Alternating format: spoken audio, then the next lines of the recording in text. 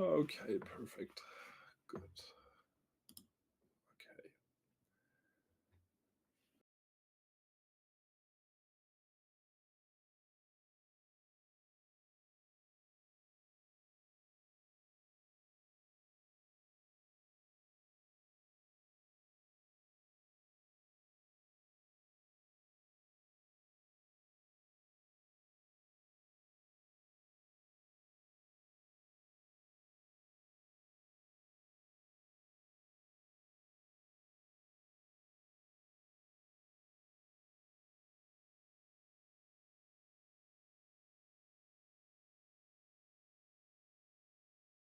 What is real on social media and what is not. In this session, we will be talking about how you can discover if a image or a video is fake or not, what are the latest research that is going on these topics, how people are using it in different domains, and how different legislation are being done to handle these scenarios. Welcome to TALK.CYBER.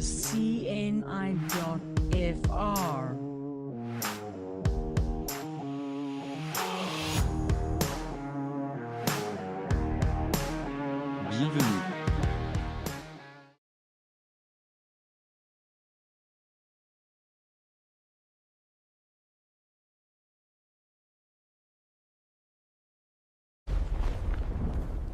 In this digital wasteland, cybersecurity isn't just important, it's survival.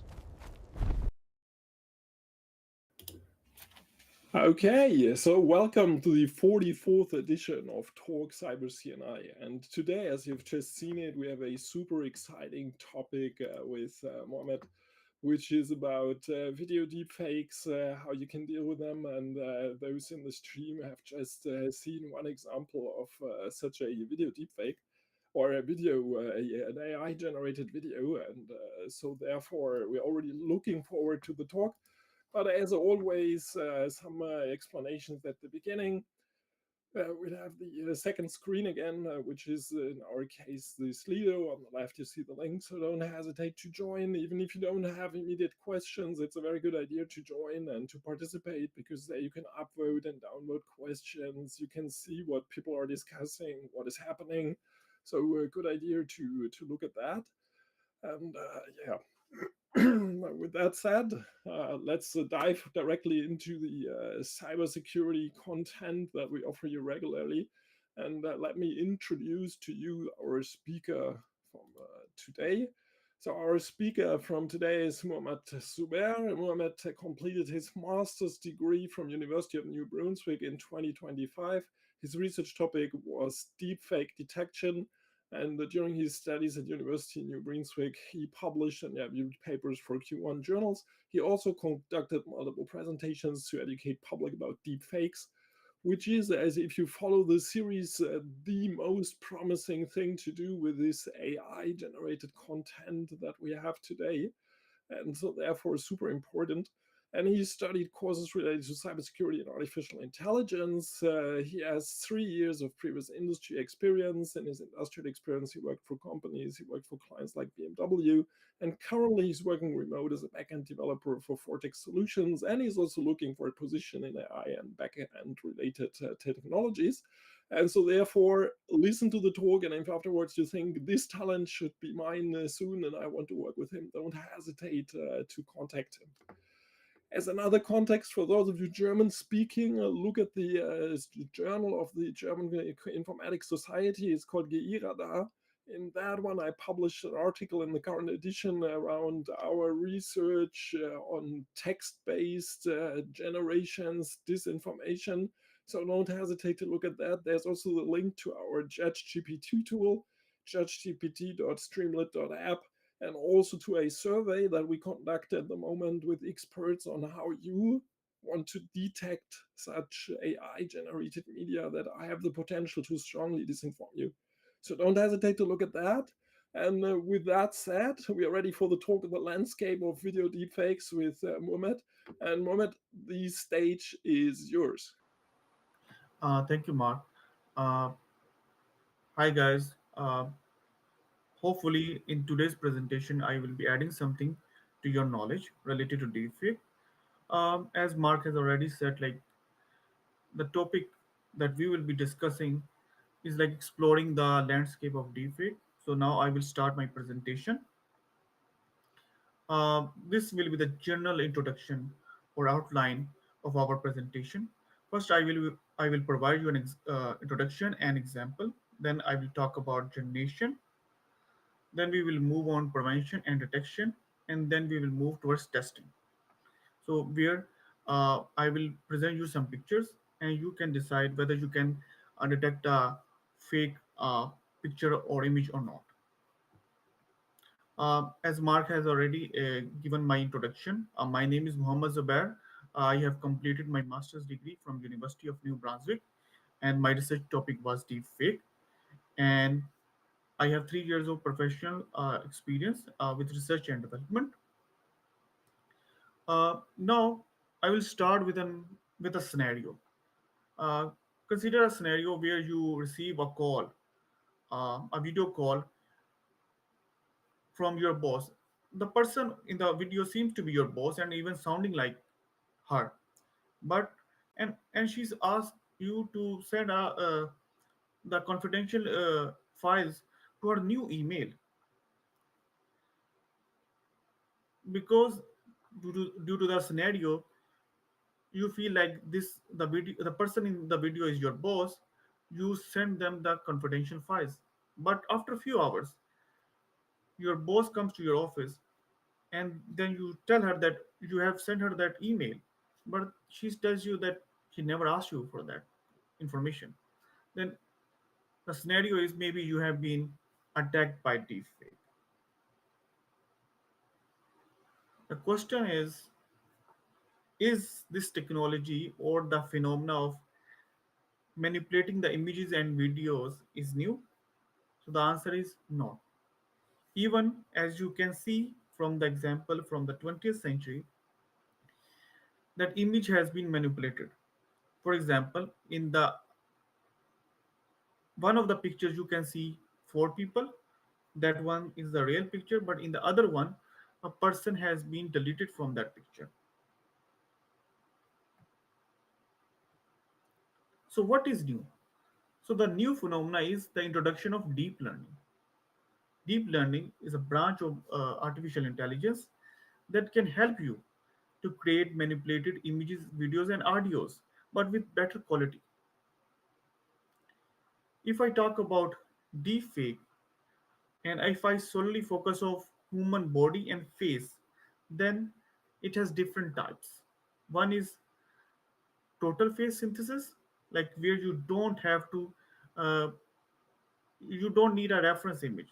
I mean, like you will be creating a new face from the existing set of faces, but that face in reality doesn't exist.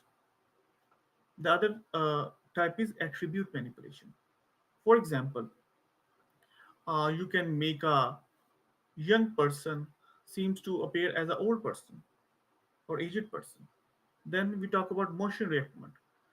For example, if a person is standing in a picture or an image, you can make them dance or move the way that you want with the help of motion reenactment. Then the face swap. You must have seen some of these examples on social media. And in face swap, what happens is that the person of the face of the person in the real image is replaced uh, by another person. Uh, I would like to specially mention that uh, adult industry is using it to defame people or like to generate their content. Now I will talk about facial recognition. Facial recognition is a type of deepfake where you can change the expression of a person. It is very helpful when you are also manipulating the audio as well, because you want to sync your audio with your expression in that image or video. So again, I would like to focus on what is the purpose of deepfake, why people are spreading it, because it can be used to spread fake news, committing financial frauds. Especially if you see some YouTube ads, you will find some ads that are created with the intent to create a financial fraud scheme. Then, damaging reputation. As I already mentioned, that the websites that are spreading adult content, they are using this kind of technology.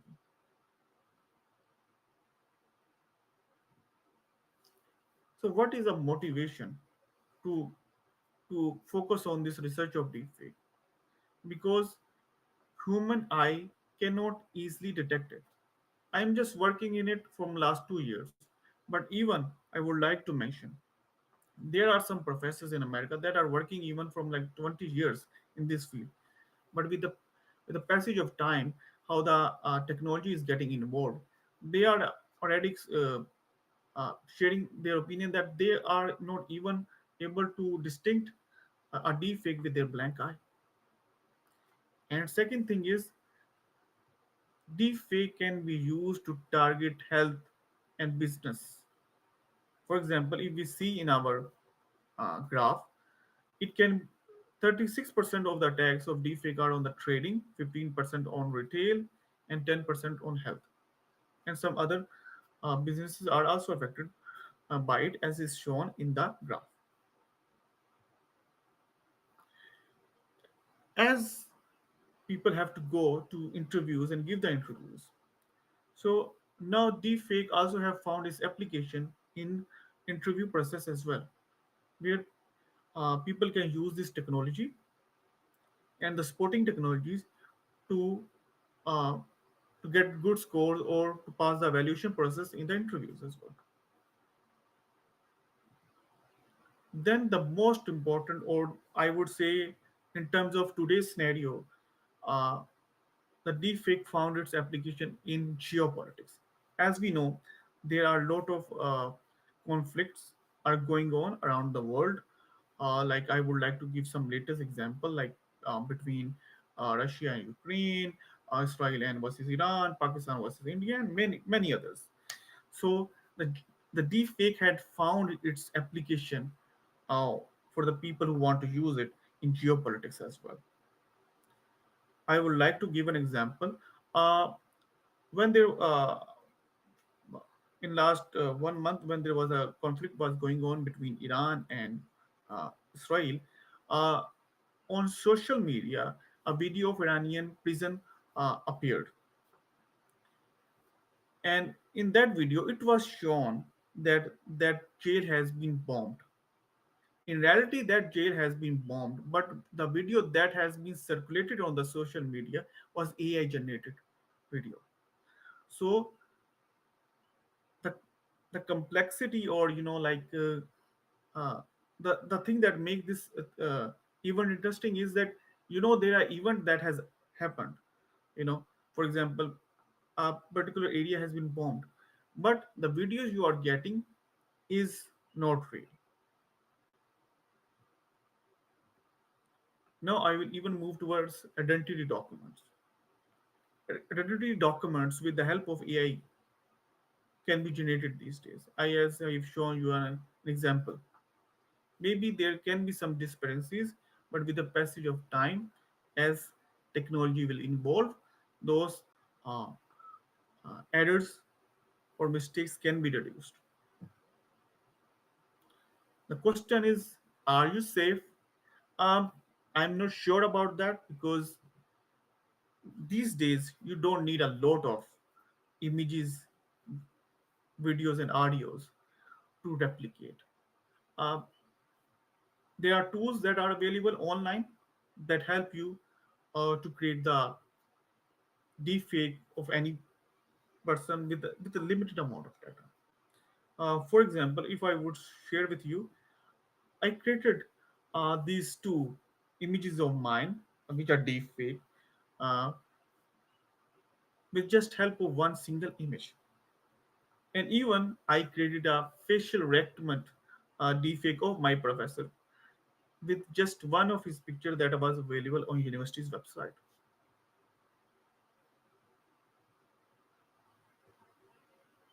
Now I will move towards generation.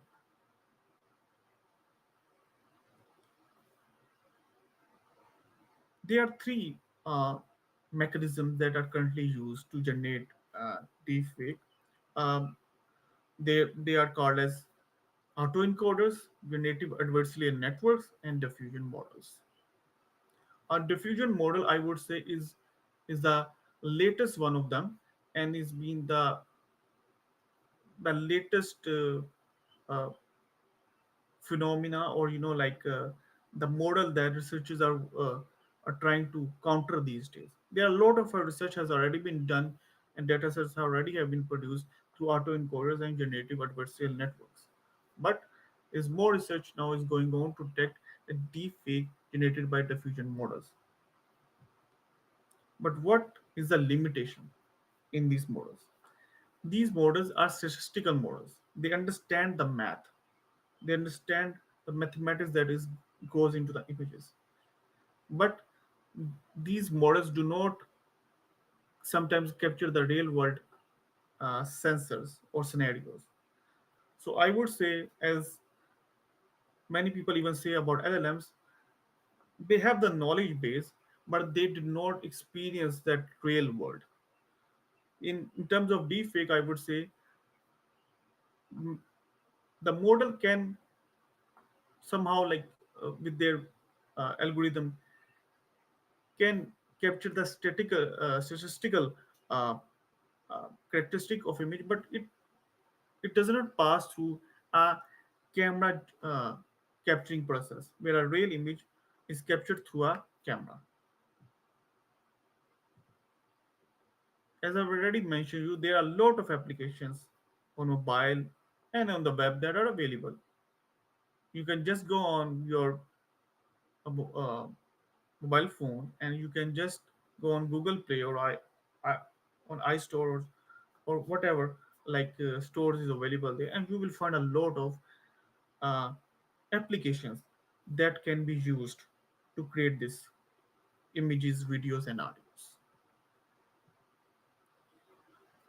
And the thing is, few years back, you need to do coding to do this whole process, but now the UI to use this tool is also becoming easily accessible.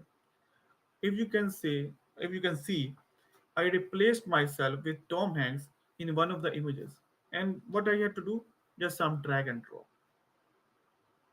drawing some arrows. So if you just know how a thing works, you don't need to do coding for it. You just need to do some uh, drag and drop, play like a puzzle, and you can just create a deepfake. And that is one of the latest scenario, or the issue that the researchers are facing, because the volume of the data related to deepfake is growing a lot, because there are a lot of applications are available that even a child can use and create this. So I mean to say, the the ease of access is there now for these applications. Even I show you, the Pixel 9 has this feature where you can create a manipulated images and videos. Um, as you can see, uh, the every scenario where if you see the images, the section that is highlighted in blue is manipulated. Now I will move towards prevention. One of the technique that is being used is can be watermarking, and one is blockchain to authenticate the content. And if I will move towards detection, so their detection is done, especially in terms of video, on two uh, levels. One is a spatial level where we do image by image or frame by frame analysis, and the other one is temporal analysis. While we are doing spatial analysis, we either can use the direct RGB image that is being provided, or we can do some analysis, like before taking the RGB images and performing some noise analysis on it, and then understanding it. And we also can do some, we can extract the face, and we can extract the background as well, and we can do some that analysis as well to see how the characteristics are same or different in between different portion of the image. But these are some of the examples for detection or how to do analysis. I am presenting you a picture that is related to noise pattern. Even this image is not deepfake, but just to show you an example, if you see in this picture, the noise is presented of a actual image. The kind of noise between different parts of this image is different. The noise is always usually present when an image is captured through an a camera, but there is a pattern. But this image does not follow that. Now I will talk about legislation. Denmark will soon have a copyright bill that will allow its citizens to have the copyright to their likeness, so the deepfake can be counted. And even in the EU AI Act, uh, the AI is categorized in four different categories, and deepfakes are they are called as minimal risk, limited risk, high risk, and unacceptable risk. So the when we talk about limited risk in deepfake, so there is no some kind of a transparency is required to tell that whether you have generated this content with AI. Now, as we will be moving towards the test for audience, um, I will like to I will give you every for every we will have like 3 to 4 images that I will present to you. I will like you to test your knowledge that whether with a blank eye you can detect an image or not. It will help you to understand the importance to detect a deepfake. Uh, I will keep this image for next like 20 seconds maybe, and you can detect whether the lady or the gentleman in the picture is is a AI generated or not. Then I will show you all the answer as well.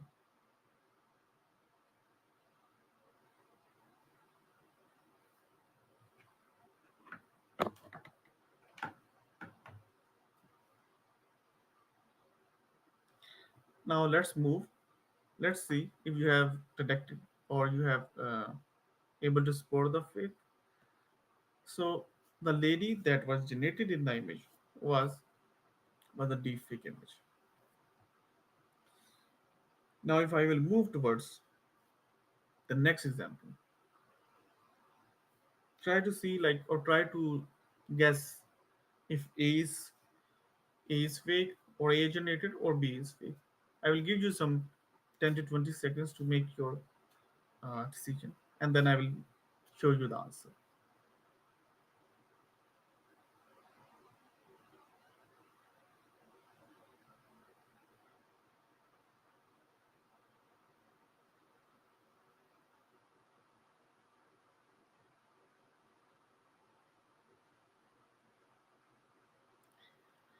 So now I will expose you or I will show you the answer of this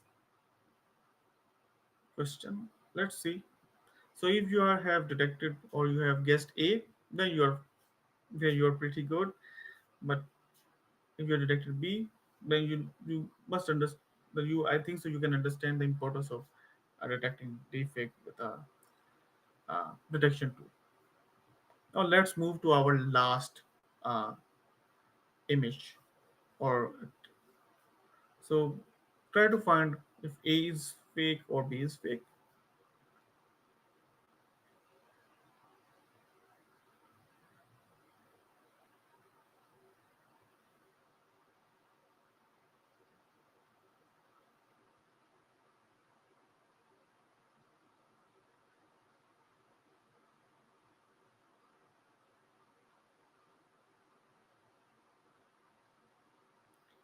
So now I will share the answer with you. So from A and B, the fake one. is this? The answer is B. And in the last, this is one of the paper that I have wrote in my uh, studies at University of New Brunswick. So if you are interested in knowing more about deepfakes, I would recommend you uh, for reading this paper. If you have any questions, you can refer me. I will try my best to answer your questions. So that was from my side. Thank you.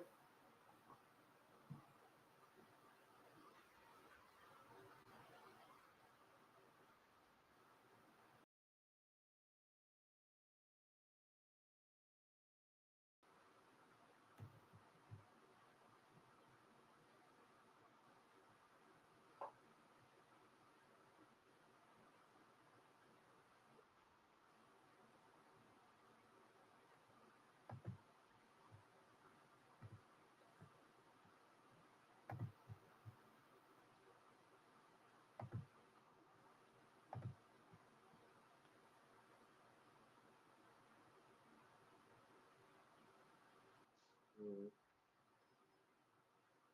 Ja. Mhm.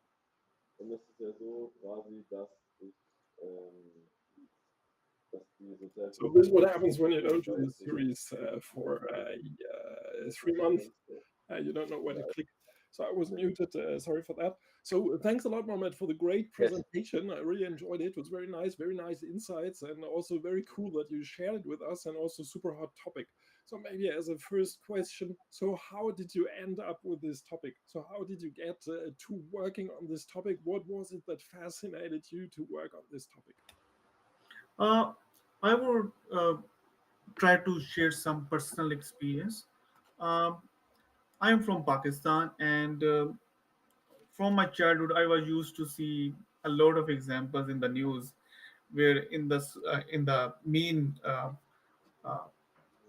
media networks, it was shared that Letztendlich okay, the video of politician vorher A gar nichts or politician B irgendwie has been leaked, noch mal reden oder so. and it was always going on like in our main media in Pakistan.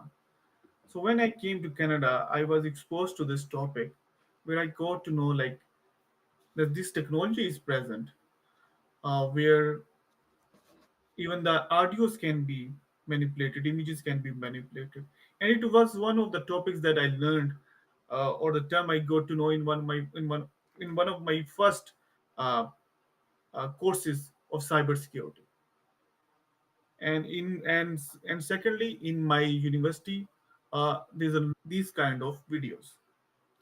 And while I was doing research, the main point that I got is like you cannot directly imply the results of non-deepfake images to the fake images, because some analysis were done on non-deepfake generated images that were manipulated.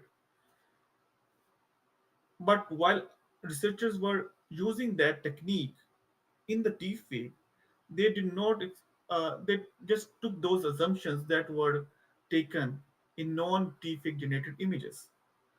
So I will advise anyone that okay, if a technique is available in non for detecting non-deepfake images, then don't just strictly consider it as true or applicable for deepfake. I would say do your own experiments and try to conclude from your data that what have you got. So what I got is like I worked on SRM based filter analysis, and I found that taking assumptions from non-deepfake generated images were not correct. So we enhanced and customized our analysis for deepfake.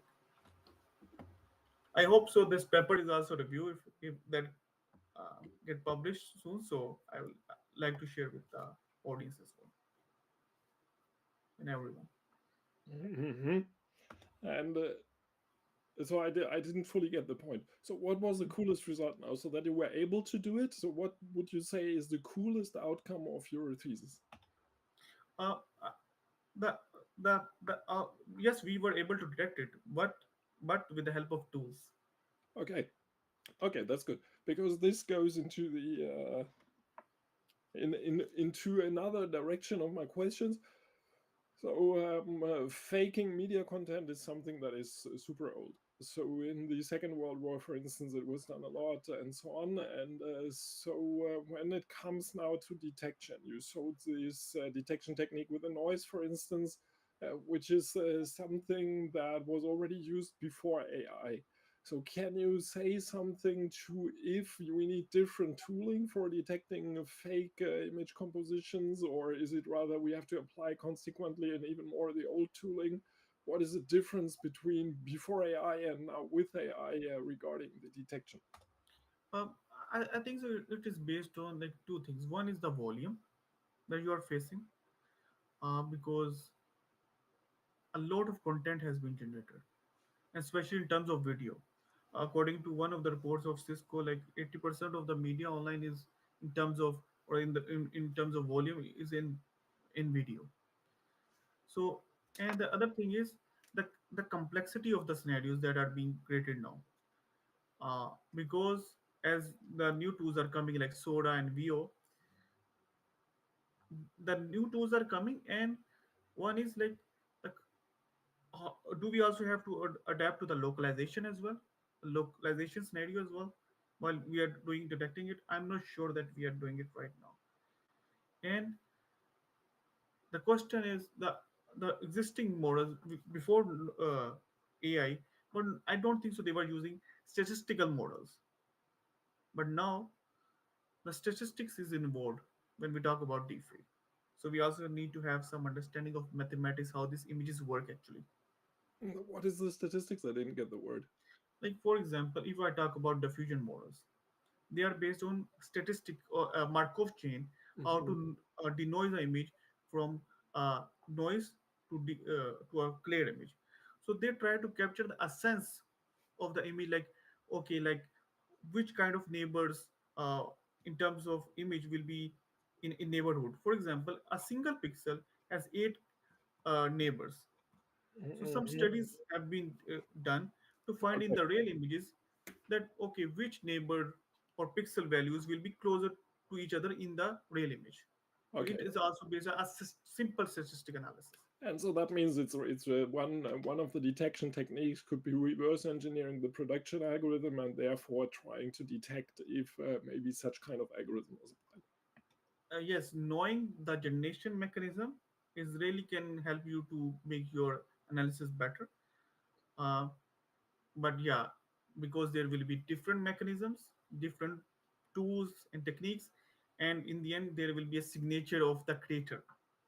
Hmm. Signature of creator means like someone is more expert than other, and like they have used different tools or environment that can even also add some signature to that whole image or video or audio. Hmm. Okay, yeah, very makes a lot of sense. Before passing to Erkin for a first round from his side, last question for the first round of my questions. Um, uh, I personally consider looking at such technologies and looking at AI generated content and the risks of disinformation is super important for our culture because it really changes everything. Because as you've shown, you can replace characters in videos now. You have automated translation where the lips are synced and so on. So that means everything that we know from AI generated content or digitally generated content looks somehow shady. And so we have some idea to detect it most of the time is not anymore. I mean, VO3 can generate 8 seconds for the moment. This limit will probably soon be gone. You already know lots of videos in the intro. You've seen one of them that was generated with VO as well. In the outro, I will also have another video. And so this profoundly changes really our environment and our perception. And therefore, I also push this topic a lot in this speaker series because to me, this is really one of the biggest threats for society and also cybersecurity threat, of course, because it's the security of our society and it can also be misused for phishing and some other things if you have digital characters and video calls and so on. if now there is someone who thinks, oh, that's super cool what Mohammed was presenting to me, and I want to get doing some research in that direction.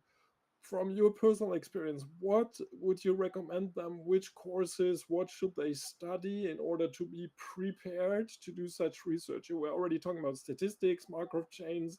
So what courses you participated in would you say were the most useful for your research and your work in this domain? And see yourself in an ambassador role in the sense like, okay, there are young people listening and they might be interested in getting into the topic. Where should they spend their time? Um, if I have to recommend someone, I will really advise them first understand digital image processing because you are dealing with digital images and everything, even the researchers are using even computer vision, everything is based on digital images processing, everything is based on the pixels. So it is nice to have a good understanding of digital image processing. One is understanding it, but the other thing is knowing how to apply it. And one thing is like having a good mathematical understanding of the things, because when you will be exposed to a lot of papers, they will have a lot of mathematics inside them. So to understand those mathematical notations and formulas is very important to get the core of these algorithms, that how they work, because AI is based on mathematics. And understanding the how the people communicate their knowledge in paper related to mathematics, I found it's a very good skill to have. It can take time, but that I would recommend that. Then knowing the basics of machine learning or and data analytics, I would say having because in terms, for example, you get some data from the image and now you want to analyze it. So if you have those, at least some core courses, uh, with with good understanding, then you can have a very good understanding of the overall topic. And I would say the other advice I would give to anyone is like look for researchers that are doing some state of the art work in your field. I would like to, if you don't mind, I would like to mention some people like I feel that they are doing some state of the art work in this field. One is like Professor Hani Farid from University of Berkeley.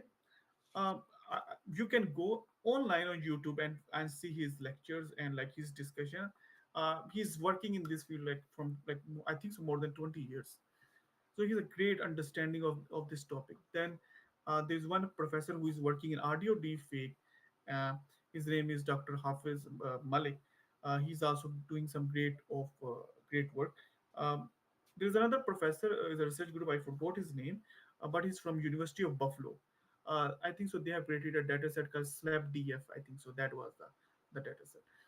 And there's one other guy. I think so. His name is Shadows. He's working currently now in Australia. I think so. Cisco 61 lab in Australia. So he has done some great work. There may be a lot of good researchers, but I'm just like I can mention some of them right now. Just Okay, and that's super great because this gives people exactly the say, starting point, because often those people have presentations, videos, content, group descriptions. Okay, great. Very good. And so that said, I would hand over to Erkin. And as always, Erkin, don't hesitate to deviate from the questions we find there and just do a bit of discussion. And I have to unmute you first because there was... Now we hear you. Hello. So, okay, before switching to audience questions, maybe I would like to insert my personal question. So this research, deepfakes or maybe generative AI in general, now really dominated by these big tech companies with their plenty of resources. And I felt like academia is a bit falling behind it.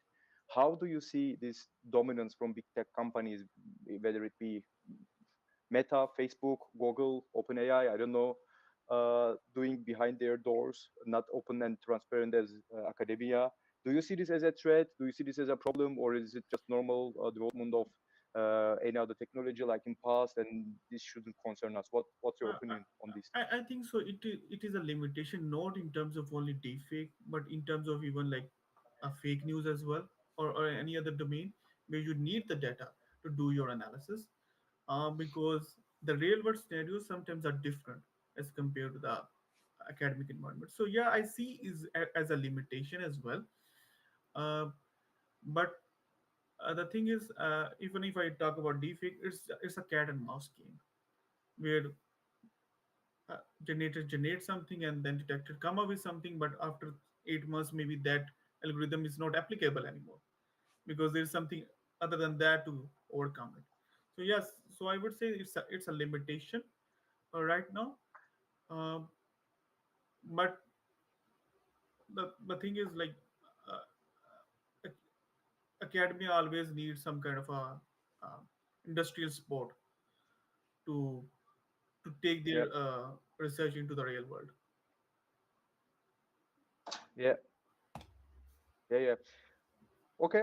And for this limitation can be overcome. I don't think this can be overcome, but technical, but it should be legal or regulatory solutions for this limitation. Do you agree, or would you like to expand this a bit? Yes, there need to be some regulations uh, while keeping the Yeah, privacy of the people as one of the core features. yeah. So yeah, so I think so it will be the combination of both, not only like regulation, but on the technical aspect as well. Mm, mm. Okay. Um, then let me also ask some audience questions. For example, this one I also find it interesting. We sometimes talk about like the negative sides of deepfakes and so on, but there is a question: what advantages or benefits do you see from deepfakes as well? Where can it be helpful, make our lives better, easier? I don't know.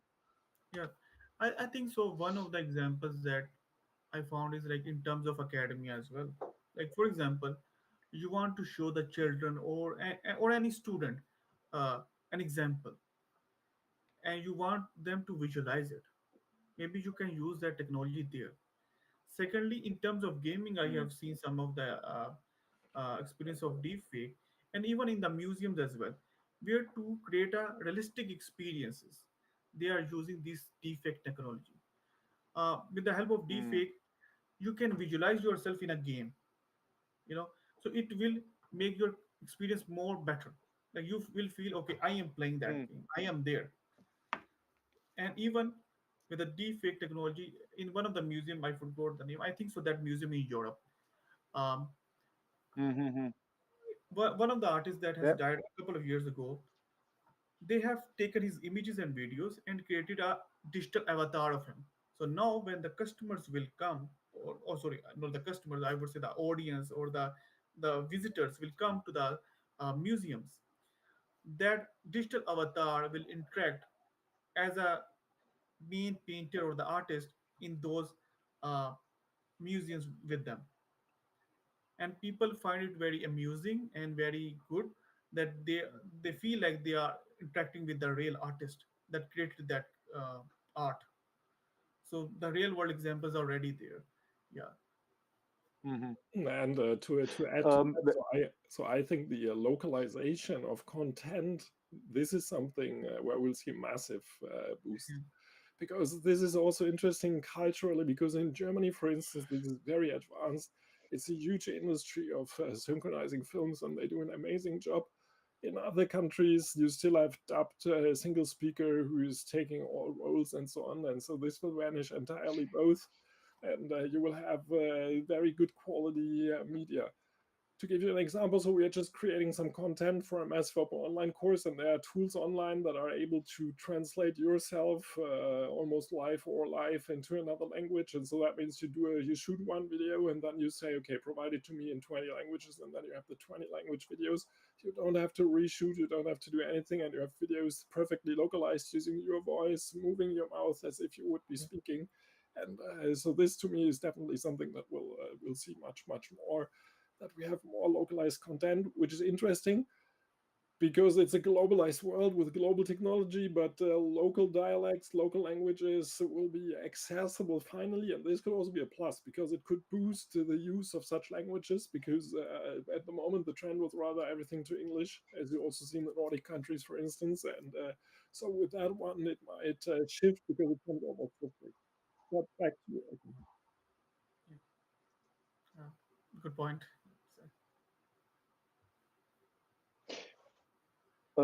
So I just wanted to add also in your use case, like using these kind of tools for educational purposes sounds promising, but me personally, I'm having difficulty to create the correct visualization. So when you try to use it for, let's say, visualization of some physics law or some mathematical thema, it can be easily incorrect content. And trying to change it with inputs, with some um, modifications is really time consuming and difficult. Do you think in future it will be also these problems will be solved easily? We can create what we really want from that piece of video easily, or do you think this is a really difficult problem and future is not that near? I think so. As the things are more moving towards specialization, as even the agentic AI is even moving towards more specialization.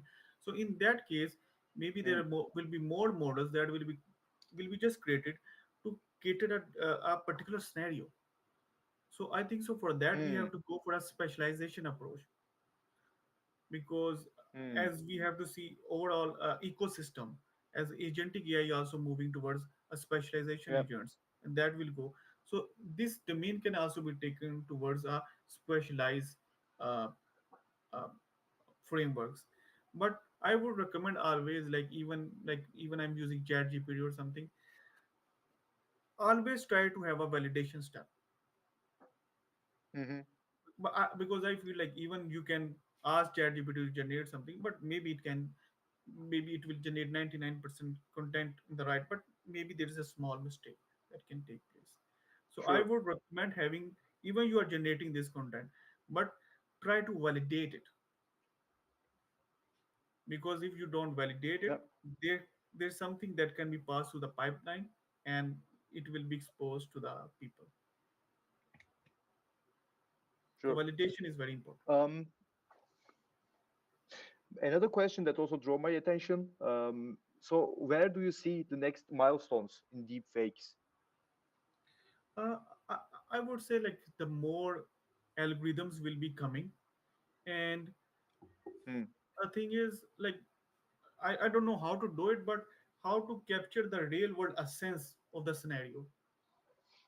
If we can capture it, like how to uh, transfer the the life of an image, that when it passes through a camera to those models, will be something that I would say will be exceptional, and but it will make detection more difficult again, and coming up with more models to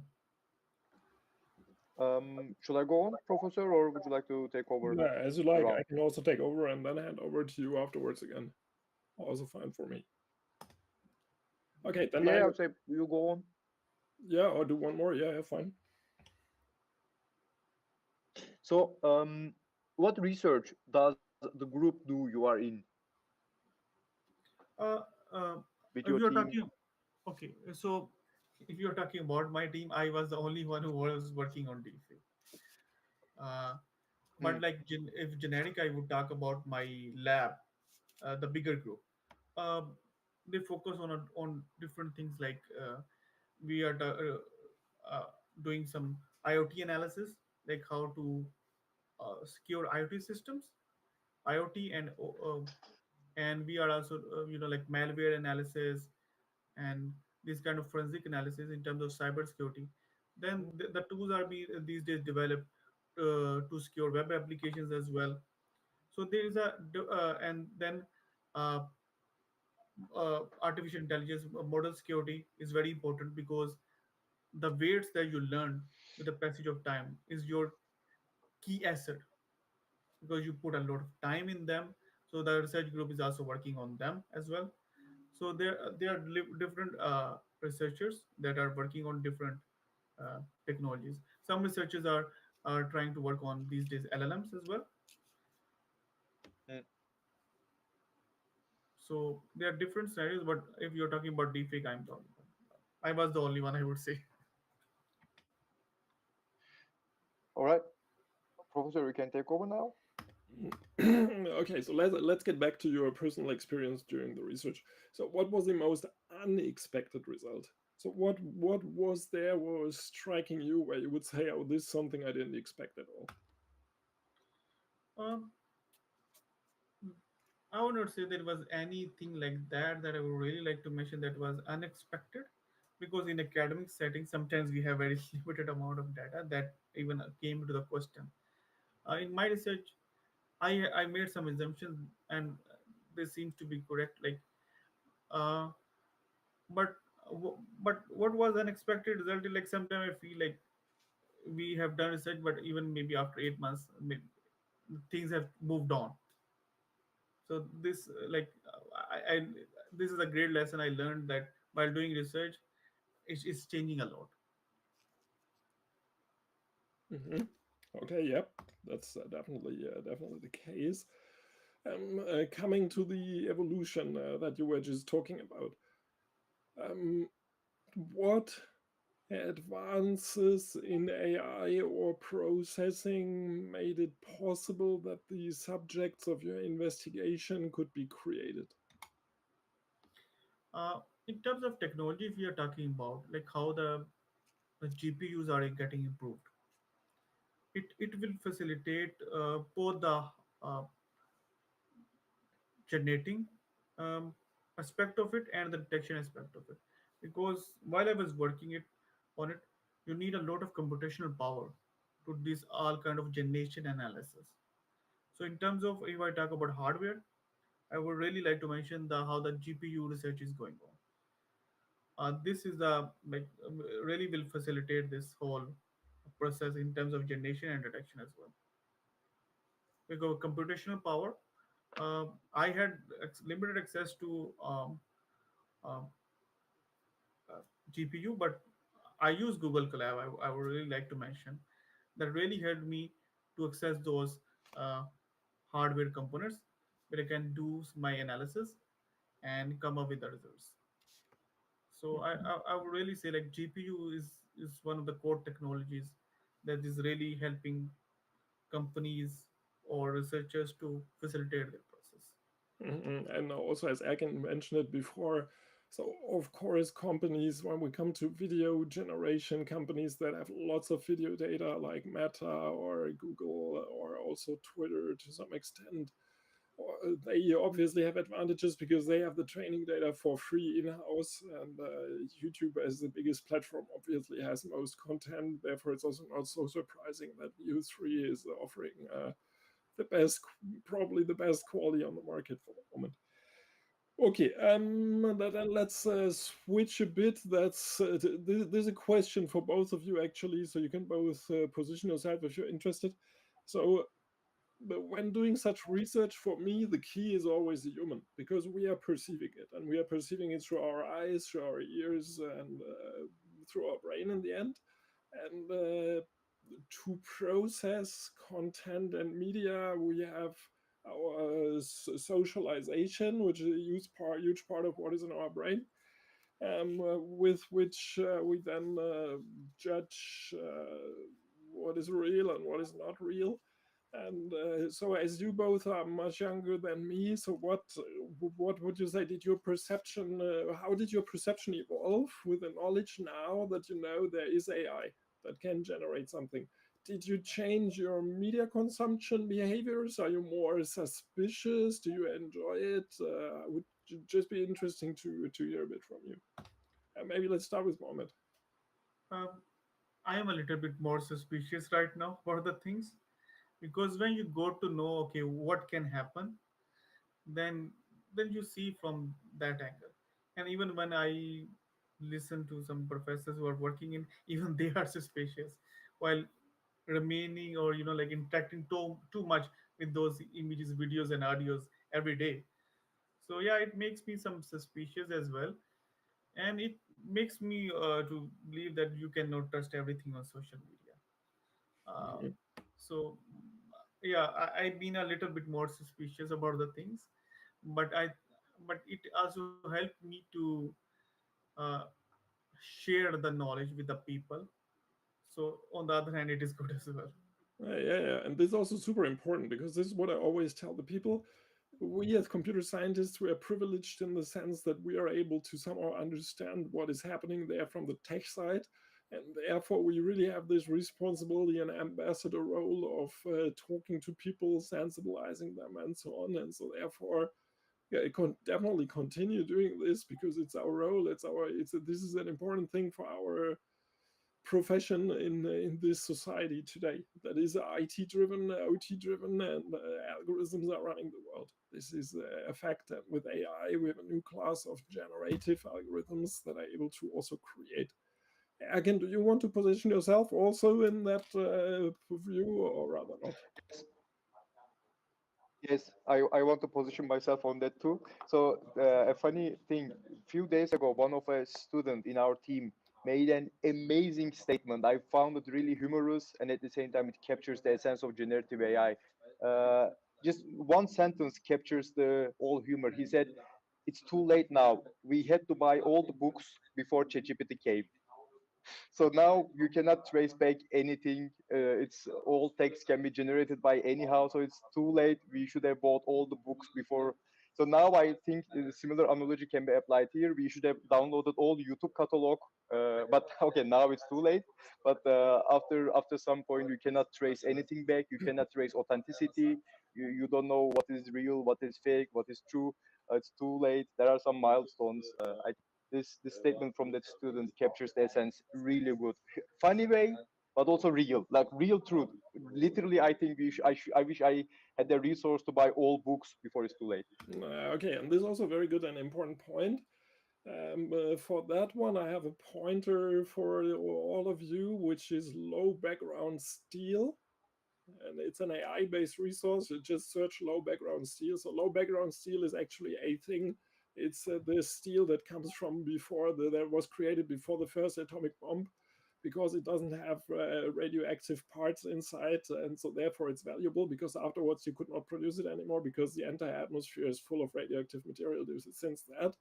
And low background steel is exactly about resources that were created before the advent of massive AI generation. So this is exactly an archive of material from before, and also tools like the Wayback Machine are obviously something that is still helping you there, but a very important observation.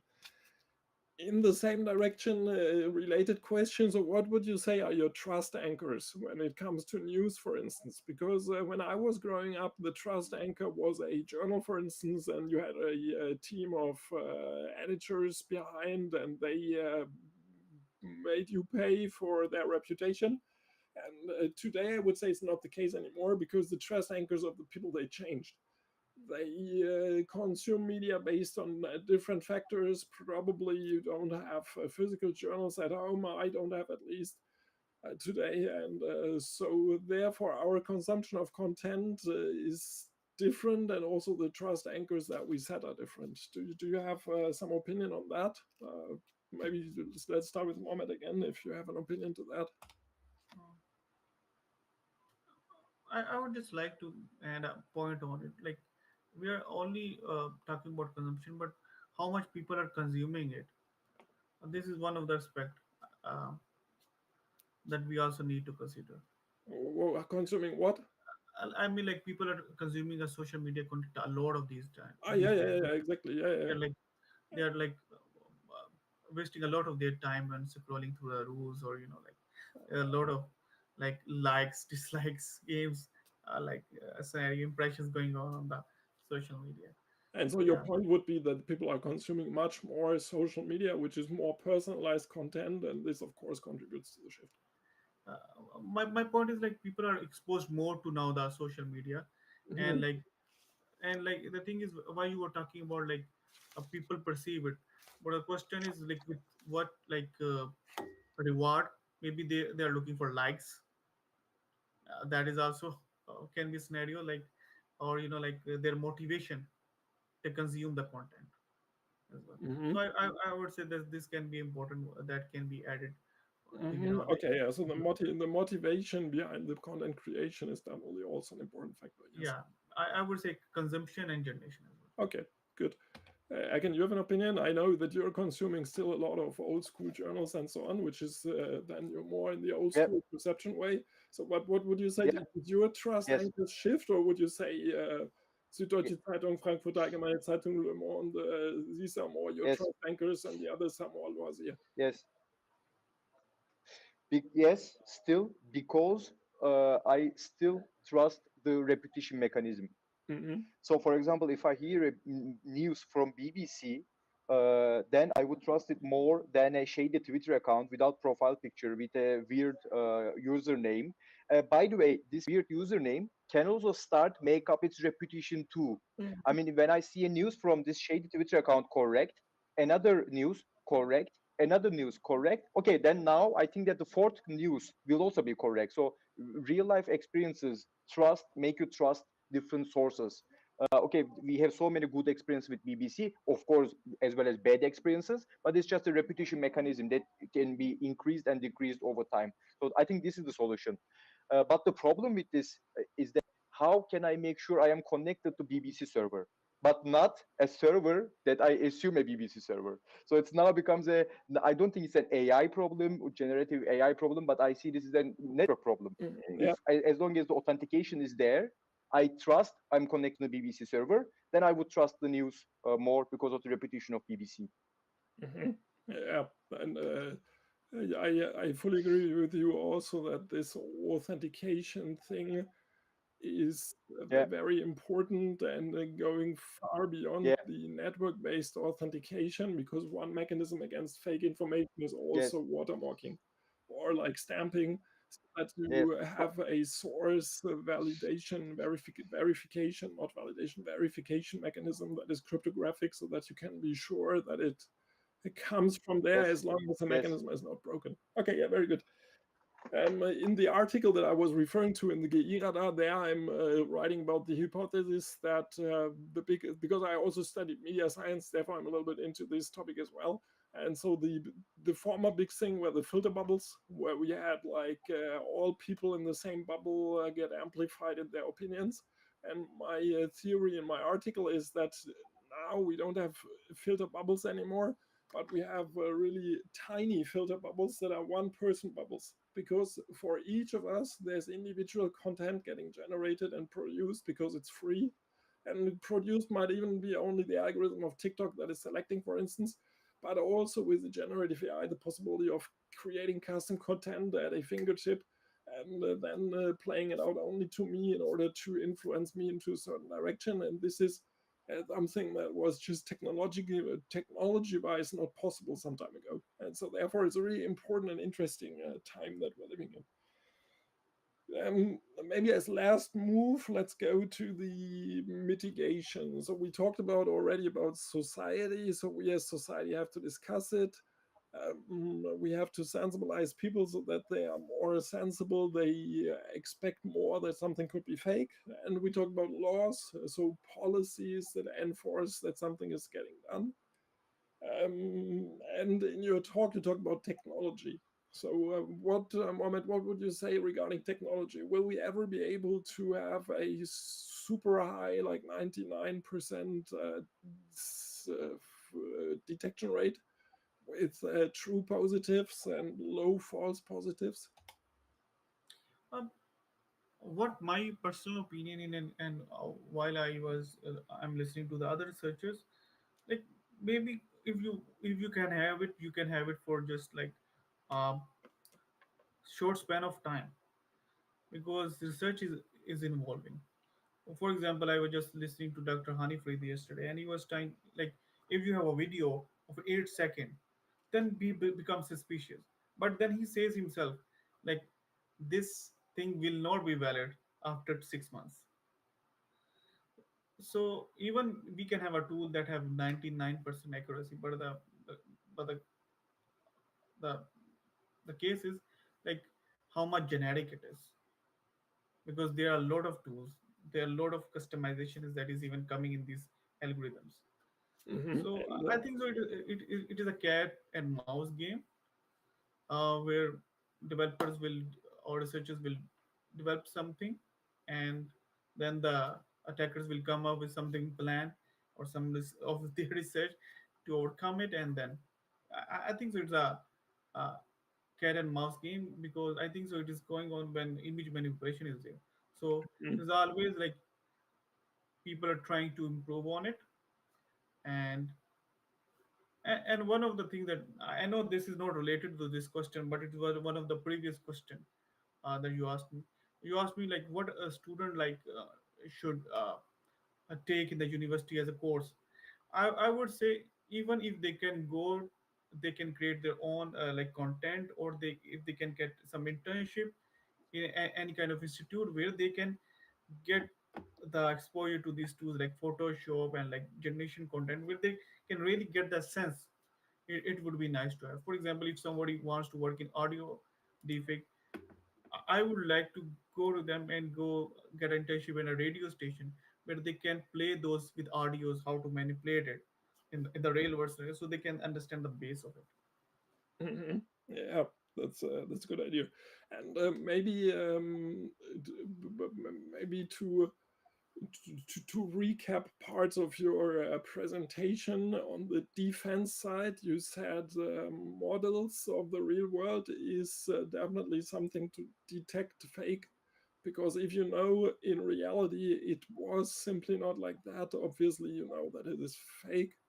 I don't know if you looked at it in your thesis, but if you did, could you summarize in a few sentences the different approaches for detection once again for the people, so that they know, okay, algorithms and humans today, they are looking at this and this and this and that, because I personally think this is super helpful when you know that, because then you can also look at it and you also know where to invest in order to have better detection or not. Okay, so in terms of if I focus on video and if I talk about temporal aspect, a temporal aspect is where you are focusing on the change in a video, frame by frame. So how the people are coming with analysis is like they are trying to capture the motion in the picture, but they are trying to capture it with different algorithms like optical flow, or in terms of because I worked on uh, uh, compressed videos, they focus on motion vectors that capture the or records a motion in a compressed video in terms of vectors called motion vectors. But if I talk about spatial analysis, so there one is like simple analysis where you take a RGB frame and just introduce it to the deep learning models to detect it. But the other thing is like what kind of pre-processing are you using it before that? So there you can come with that noise analysis, you know. And then the thing is how you distribute or divide that image. There were some analysis that researchers are still trying to apply to deepfake, and for example the block by block, where they divide the images into some blocks, and then they compare those blocks analysis to understand what is going on in the image. So these are some kind of examples that I can remember now. There are really lot of it, Yeah, but sure. even that one, I would really like to mention that a lot of research I see is using just deep learning models. Even in my own research, I use deep learning models. Uh, Coming up with that statistical kind of analysis would be something that really help to understand what goes on under the hood. So, but a lot, I think so, research is more like inclined towards using deep learning models. I Mhm. know they are great, but so there's like there's a need to be a balance between explainability and what's going on. So there are different like uh, opinion about it. Mhm. Okay, good. Uh, so as last question, I would just say what do we take home from today's session? And let's maybe each of us just say quickly something. I will start, then Akin, and then we leave the word to our guest, and then I will present the next edition, and then we'll have the outro. And so, what I would take from today's session is that it's, as Akin said before, it's something. In a moment, also we are beyond the point of no return. We cannot return. So AI is part of our lives, and it's massively and quickly changing every mediated content, and we have more and more mediated content, so content that we consume through a medium like the screen in video conferences or videos and films and so on. And so therefore we have to discuss it at every occasion, and we as a society have to overcome the intuitive feeling that when we see something, it's true. And those people, if you're interested in it, look films like Wag the Dog, look at Iraq War, Propaganda USA, and so on. So there's lots of research back from those times, 90s, where things where the year 2000s, where things were happening, and so today it's much more extreme. It's a lot more fueled, and so therefore be vigilant, follow the evolution, and yeah, don't get desperate about it. It's just another point of our reality, with also lots of good things like the localization, great content, great creativity, and so on. Okay, Erkin, what would you take home? Definitely the highlight from Mohammed on the importance of mathematics in AI. So people learn how to write computer programs, study directly like practical side. But I completely agree with Mohammed, and I'm happy to see a generative AI researcher also says that yeah, you have to study mathematics first for AI instead of learning how to write Python programs, how to use some frameworks. Yeah, this is just the cosmetics of it. You need to know the background behind it and solid mathematical foundation behind it. I'm very happy that Mohammed also highlights, which was my gut feeling, as not someone expert in the field. I understand Mohammed, and Okay, very good. that's it. Thank you. And now, Mohammed, your last words. What should people take home? What do you take home from today's session? Um, from this session, I got to know a lot of different opinion that I really liked. And what I would like to take from this session is like, uh, or I would advise to someone, just focus on the basics. What I learned in my 2 years research is like, even I, because it's a personal pain I'm sharing, because I feel like, okay, maybe I have done some better work at school. Make sure you have good understanding of the basic knowledge like mathematics, physics, chemistry, whatever is the base of it. Try to understand it. Everything is just based on the top of it. So if you know the technology will be easy, you can adapt with the passage of time. Technology will keep coming, but I don't think so. The basics will change. The basics will be almost the same. Like the mathematics is there, therefore some formulas are there, but everything is just built on the top of the foundation.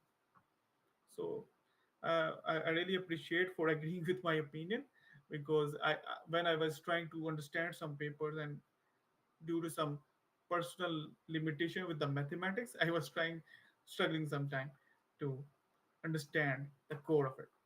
Mm-mm-mm. And I see a lot of other researchers in the lab. Uh, Mm-mm. Yeah. Maybe they are good in mathematics, but maybe sometimes they are unable to explain what they have done. And it's also good that you both said it, because when I look at students today, it seems like they have the impression AI is replacing fundamental knowledge, because you can always ask AI something, but this is not true. Because if you don't have the basics, AI can tell you anything. You cannot do anything with it, and so therefore it's very good your two insights that you said. Yeah.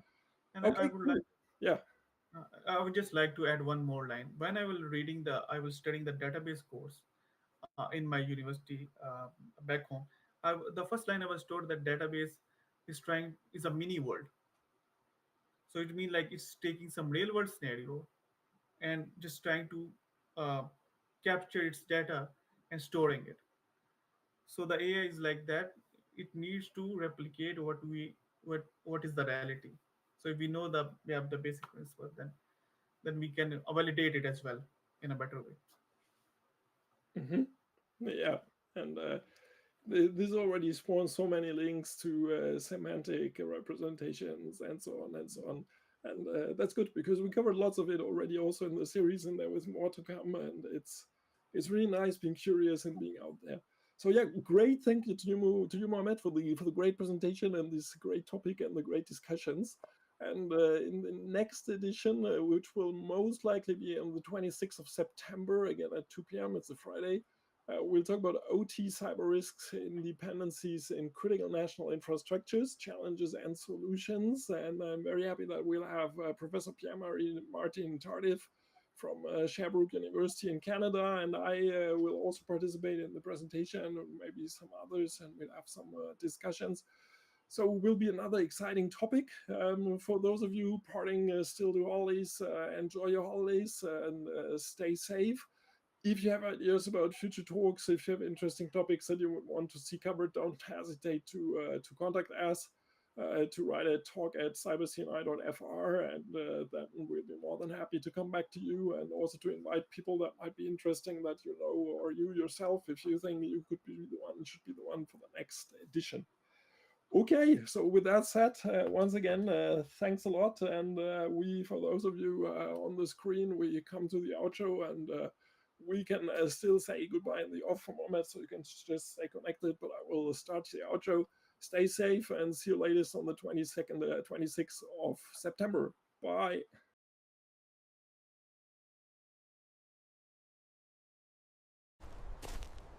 Where is this Mark Oliver Paul everyone is recommending me? Cher CyberCNI, pôle d'excellence région Cyber. Bretagne.